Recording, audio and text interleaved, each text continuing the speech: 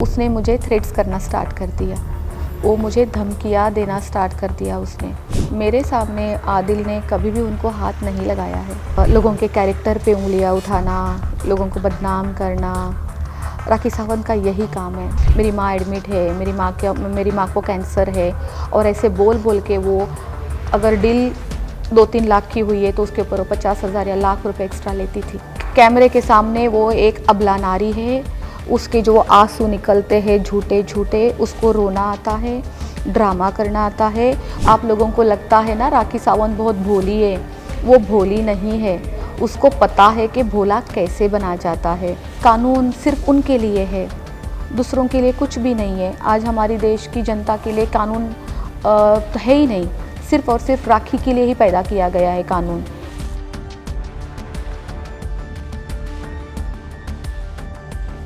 Hello everyone, मैं हूं सुरभि रनसिंह और सभी का वेलकम है फिल्मी बीट में। आज हमारे साथ राजश्री मोरे हैं। काफ़ी दिनों से हम बहुत सारी चीज़ें देख रहे हैं राखी सावंत और आदिल दुरानी को लेकर कि बहुत सारे एलिगेशंस एक दूसरे पर लगाए जा रहे हैं, प्रूफ्स भी देखने को मिल रहे हैं, जिसमें आपको भी हमने प्रेस कॉन्फ्रेंस में देखा था।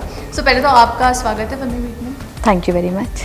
सो जैसे कि इतनी सारी चीज़ें चल रही है, सबसे पहले मैं आपसे ये पूछना चाहूँगी कि इतनी अच्छी दोस्त राखी आपकी हुआ करती थी, साथ में आप लोग कितना हैंग आउट करते थे, या जो भी इतने सालों की फ्रेंडशिप है, अचानक से क्या हुआ कि आप दोनों की दोस्ती टूट गई? मैं भी बहुत मिस करती हूँ अपनी दोस्ती को। बहुत अच्छा बॉन्डिंग था हमारा, बहुत चीज़ें हम शेयर करते थे, दिन भर मस्ती करते थे, सब कुछ इतना अच्छा था ना, ऐसे लग रहा था वाओ, काफ़ी अच्छी फ्रेंडशिप हमारी चल रही है, बहुत अच्छे दोस्त हैं हम।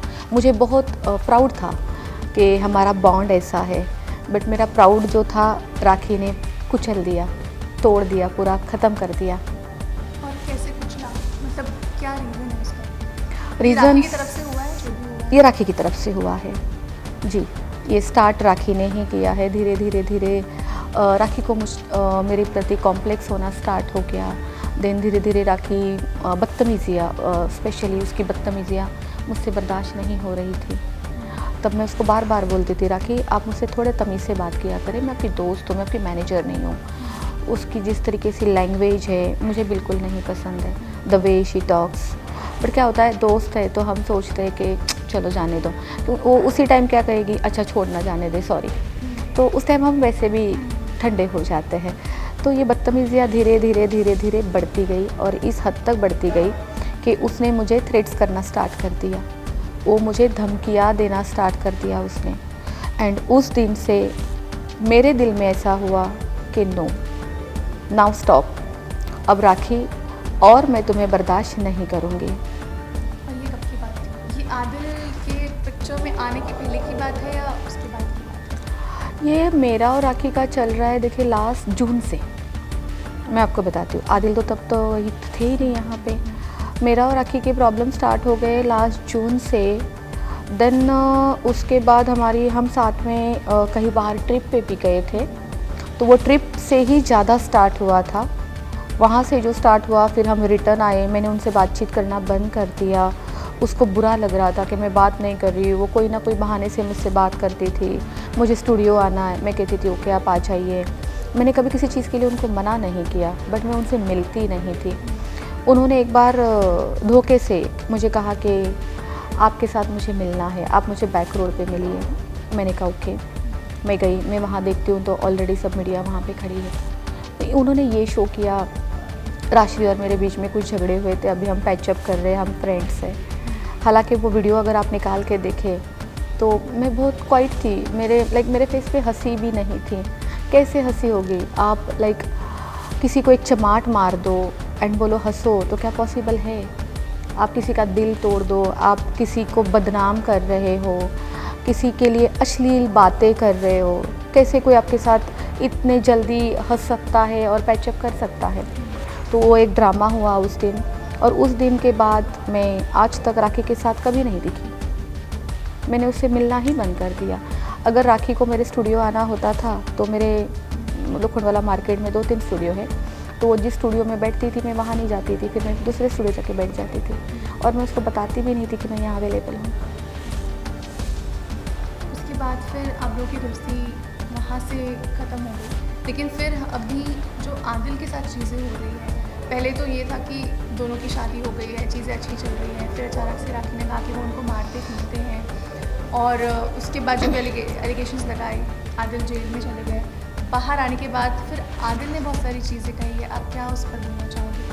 क्या कुछ आप जानते हो जो सच्चाई है? जैसे कि आपने बोला कि आदिल उनको मारते पीटते थे, उन्होंने ये बोला है, देखिए मेरे सामने आदिल ने कभी भी उनको हाथ नहीं लगाया है, नेवर, कभी भी नहीं। हालांकि आदिल मेरे सामने ऑलवेज़ उनको बहुत तहज़ीब से बात करते थे, बहुत ही तहज़ीब से।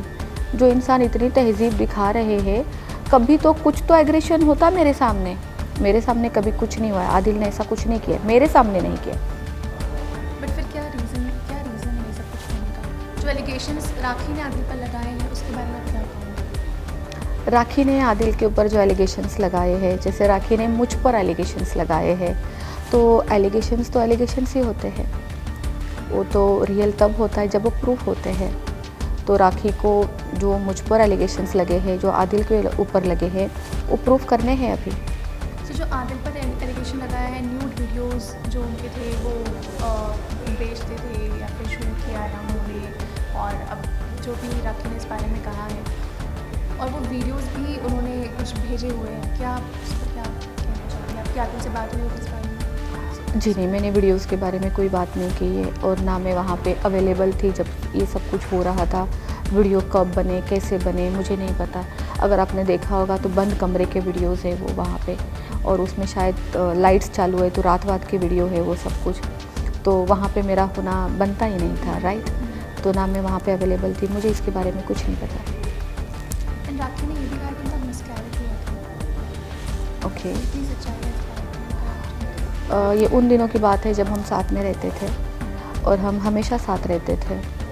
तो मेरी जानकारी में ऐसी कोई न्यूज़ नहीं है, मुझे कभी कोई न्यूज़ नहीं बताई गई। सो जब आपने ये फैसला किया कि आप लोग आदिल का साथ देंगे, आप और शर्लीन उनके साथ में थे, क्या कुछ आदिल ने आपको बताया कि राखी ने जो एलिगेशन उन पर लगाए हैं, या किस बारे में आप लोगों की बात हुई है? सबसे पहले तो मैं ये कहूँगी कि ऐसा कोई फ़ैसला हुआ ही नहीं था कि हम आदिल का साथ देंगे। यहाँ कहानी में ट्विस्ट है। राखी 19 तारीख की रात को मुझे धमकियाँ देती है कि राश्री, अगर तू आदिल से बात करती है, एक तो राखी सावंत तू करके बात करती है, आप करके बात नहीं करती है। राश्री, अगर तू आदिल के साथ जाती है, आदिल तुझे कॉल करता है या तू बात करती है, तो मैं तुझे बताना चाहूँगी, अगर तूने बात की, उसके साथ खड़ी हो गई, अगर तूने मीडिया में मेरे खिलाफ़ कोई भी बात की, तो तुम जो ये नेल आर्ट स्टूडियो चलाती हो, मेरा बिज़नेस है nail art studio Lokhandwala market में, तो उसका कहना है कि मैं वो दोनों स्टूडियो बंद करवा दूँगी, और मैं मीडिया में जाके ये कहूँगी कि तुम अपने स्टूडियो पे इनलीगल एक्टिविटीज़ करती हो। सबसे पहले तो मैं तुम्हारा बिज़नेस ख़राब करूँगी, फिर तुम्हारी ज़िंदगी ख़राब करूँगी। अगर तुम आदिल के पास गई तो तब तक तो मेरा कुछ सीन ही नहीं था, तब तक तो मैंने कुछ सोचा भी नहीं था कि मुझे आदिल से बात करनी है, आदिल के साथ जाना है, आदिल का साथ खड़े होना है, ऐसा कुछ भी नहीं था। बट हाँ, जब राखी ने मुझे धमकियाँ दी, तब इंसान क्या करता है, डरता है धमकियों से। पर उन्होंने आपको धमकियाँ क्यों दी? उन्हें ऐसे क्यों लगा कि आप उनका साथ देंगे आदिल का? हाँ, क्योंकि राखी चोर को तो डर लगता ही है, तो इस वजह से राखी ने मुझे धमकियाँ दी। फिर राखी ने अभी कल ही ये एलिगेशंस लगाए हैं कि उनका इंस्टाग्राम अकाउंट हैक हो गया है, और वो जो हैक हुआ है वो आदिल और राश्री ने करवाया है। बिल्कुल। जैसे कि जहाँ तक मुझे पता है, अब उनके पास कोई और नया मुद्दा नहीं था। राखी आउट ऑफ कहीं जा रहे हैं, गए हैं शायद, तो जाते जाते वो एक रूमर फैला के गए हैं कि देखिए फिर से मैं अबला नारी, आदिल ने और राश्री ने दोनों ने मिलके मेरा इंस्टाग्राम उड़ा दिया है। तो ये इंस्टाग्राम, ये सारी चीज़ें उड़ाना इतना इजी नहीं है, ये एक क्राइम है। तो राखी सावंत, आप उसके खिलाफ़ कंप्लेंट करिए, साइबर पुलिस के पास जाइए, वहाँ पे कंप्लेंट करिए और पता लगाइए किसने क्या किया है। और अगर आपको लगता है मैंने किया है, लगता है क्या, अगर आपके हाथ में प्रूफ है तो उसके अगेंस्ट आप जो भी कानूनी कार्रवाई है वो करिए मेरे आगे। आया है कि आपके पास उनके पासवर्ड है, आईडी है, उस पर आप क्या कहोगे? बिल्कुल। कैसे है मेरे पास उनके पासवर्ड एंड आईडीज़? क्या उन्होंने मुझे मेल किया था, वो दिखा दे। क्या उन्होंने मुझे व्हाट्सअप किया था, वो भी दिखा दे। क्या उन्होंने मुझे राइटिंग में लिख के दिया है, उसके पास कुछ कोई फ़ोटो है उनके पास, वो भी दिखा दीजिए। पासवर्ड आईडीज़ आप क्या किसी को ऐसे ओवरली दे सकते हो? क्योंकि वो छोटे नहीं होते ना, 1-2 तो नहीं होती है ना कि ABCD 1 2 3 4 बस इतना ही होता है। नहीं, पासवर्ड आईडी एक बनाई जाती है, वो हम ओवरली किसी को नहीं दे सकते। किसी को मैसेज करना पड़ता है, व्हाट्सअप करना पड़ता है। आप दिखा दें कि मेरे फ़ोन में वो है, आपने मुझे भेजा है, मेरे पास किस एंगल से है। राखी सावंत, आप प्लीज़, आप जो भी मुझ पर एलिगेशन लगाती हो, एवरीडे एक नया एलिगेशन लगाती हो, आप वो प्रूफ करके दिखाइए। अभी भी आप जैसे रिटर्न आ जाओगे, आप 2-4 और मुझ पर एलिगेशन करोगे, उसके भी प्रूफ रेडी रखिए। क्योंकि आप राखी को इतनी अच्छी तरीके से जानती हैं, तो आप ये भी जानती होंगी कि जैसे कि ये कहा गया है कि वो आदिल को मारती पीटती थी, निशान भी उनके नेल्स के दिखाए हैं आदिल ने। तो आपको लगता है कि ऐसा हुआ होगा, ऐसा कुछ किया होगा उन्होंने? क्योंकि वो उन्होंने कहा है कि आदिल मुझे मारते थे, आदिल ने बताया कि वो उन्हें मारती पीटती थी। देखिए, जैसे आदिल ने कभी मेरे सामने राखी के ऊपर हाथ नहीं उठाया है, राखी ने भी मेरे सामने आदिल के ऊपर कभी हाथ नहीं उठाया है। कहने के लिए मैं कुछ भी झूठ बोल दूँ, जैसे राखी एलिगेशंस लगाती है मुझ पर, झूठ बोलती है, सिर्फ झूठ बोलती है, तो ये मेरे क्लास में ही नहीं है कि मैं राखी के ऊपर झूठे एलिगेशंस डालूँ। मेरे सामने ये सब कुछ नहीं हुआ है। उन्होंने आदिल की सेक्सुअलिटी पर भी सवाल उठाए राखी। ये बहुत पर्सनल चीज़ें हैं। देखिए, राखी सावंत का यही काम है, लोगों के कैरेक्टर पे उंगलियां उठाना, लोगों को बदनाम करना। राखी सावंत का यही काम है। ये बहुत गंदी चीज़ें हैं, ये बहुत सेंसिटिव मैटर्स है, ऐसी बातें नहीं करनी चाहिए राखी को। अच्छा, इसमें कितनी सच्चाई है? क्योंकि ये भी काफ़ी जगह से सुनने में आया कि वो अपनी मम्मी के लिए, मम्मी की बीमारियों के लिए फेक डोनेशंस लिया करती थी। ये सच है, क्योंकि जहाँ तक मैं उसके साथ में थी, मुझे ये बातें अभी याद आई है जब आपने मुझे ये क्वेश्चन किया है। जब भी वो काम के रिलेटेड किसी से बातें करती थी, क्योंकि उसकी मीटिंग्स के साथ मैं होती थी, जब भी मीटिंग होती थी, क्योंकि मैं वहाँ पे इसलिए अवेलेबल रहती थी, उनके बिल भरने पड़ते थे ना मुझे। जहाँ पर भी हम जाते थे बिल्स मैं पे करती थी, मीटिंग्स वो करती थी, कमाती वो थी। तो वो लोगों को ये बोलती थी, मेरे सामने की बात है ये, उसने ये बातें बोली है कि प्लीज़ आप 50,000 मुझे एक्स्ट्रा दे दो, लाख रुपए मेरी माँ के नाम पे दे दो। आपको पता है ना, मेरी माँ एडमिट है, मेरी माँ को कैंसर है। और ऐसे बोल बोल के वो, अगर डील 2-3 लाख की हुई है तो उसके ऊपर वो 50,000 या लाख रुपए एक्स्ट्रा लेती थी। ये बात सच है। और कैसे रिलेशनशिप्स थे उनके अपनी माँ के साथ, अपनी फैमिली के साथ? देखिए, माँ के साथ तो हर किसी के अच्छे रिलेशंस होते हैं, और उसको मैंने रोते हुए भी देखा है। बट जैसे ही रोती थी तो 1 मिनट के बाद मैंने उसको हंसते हुए भी देखा है। उनको समझना मुश्किल है। वो 1 सेकंड में रोती है, दूसरे सेकंड में हंसने लग जाती है, तीसरे सेकंड में खाने लग जाती है। रियल में भी ऐसी ही है, मतलब जैसा आप बोल रही हैं, मतलब वो ऑफ कैमरा? वो कैमरे के सामने ऐसी नहीं है। कैमरे के सामने वो बहुत दुखी आत्मा है। कैमरे के सामने वो दुनिया की सबसे सताई हुई है, उसके ऊपर सब जुल्म करते हैं। उनका दुख है, दूसरे का दुख नहीं है। राखी सावंत का कहना है न्याय कानून सिर्फ उनके लिए है, दूसरों के लिए कुछ भी नहीं है। आज हमारी देश की जनता के लिए कानून तो है ही नहीं, सिर्फ और सिर्फ राखी के लिए ही पैदा किया गया है कानून। जैसे कि वो जब ओशुरा पुलिस स्टेशन भागना, झूठे एलिगेशंस लगाना, और जैसे आपने कहा कि वो ऑफ कैमरा एंड वो कैमरे के सामने वो एक अबला नारी है। उसके जो आंसू निकलते हैं झूठे, उसको रोना आता है, ड्रामा करना आता है। वो दिन रात रील्स देखती है, उसमें से वो सीखती है। एंड वो क्या शायरिया वायरिया भी करती है। वो भी सिर्फ वो सब कुछ वो इंस्टाग्राम में देख देख के करती है, उसका कुछ भी रियल नहीं है। मुझे तो ऐसे लगता है कि राखी सावंत क्राइम पेट्रोल बहुत ज़्यादा देखती है और वहाँ से बहुत सारी स्टोरीज़ उठाती है और वो कैमरा के आगे एक्टिंग करती है, वो ऑफ कैमरा बिल्कुल अलग है। वो बराबर खाती है, सोती है, अपनी लाइफ अच्छे से जीती है। तो मतलब ये सारी चीज़ें जो है वो कैमरे के सामने है, कैमरे सिर्फ- के पीछे वाली राखी बिल्कुल अलग है। बिल्कुल अलग है, बिल्कुल अलग।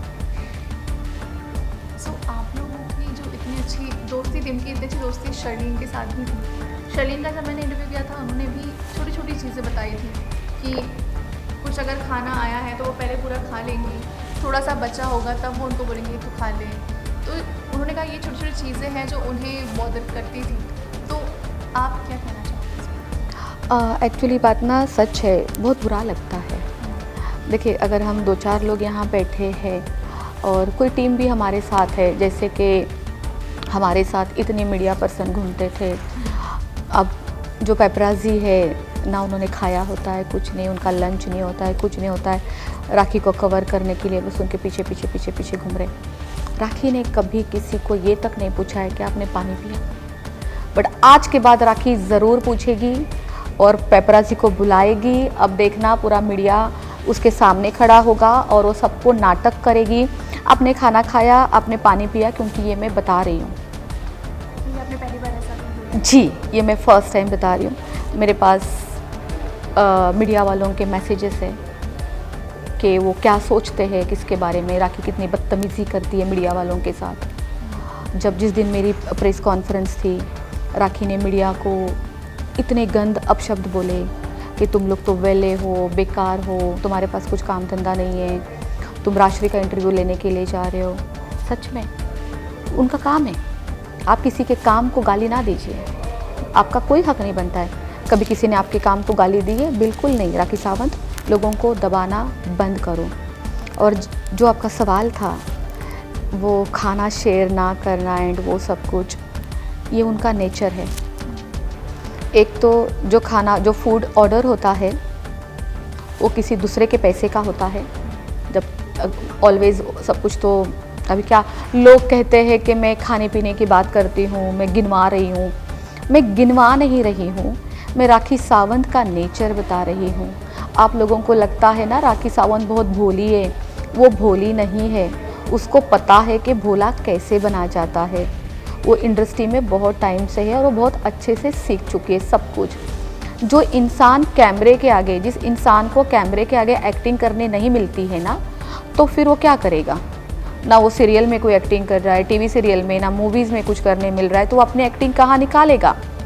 तो ये मीडिया ट्रायल पे ये सारी एक्टिंग होती है, ताकि वो भूले नहीं कि मैं एक्टिंग कैसे की जाती है।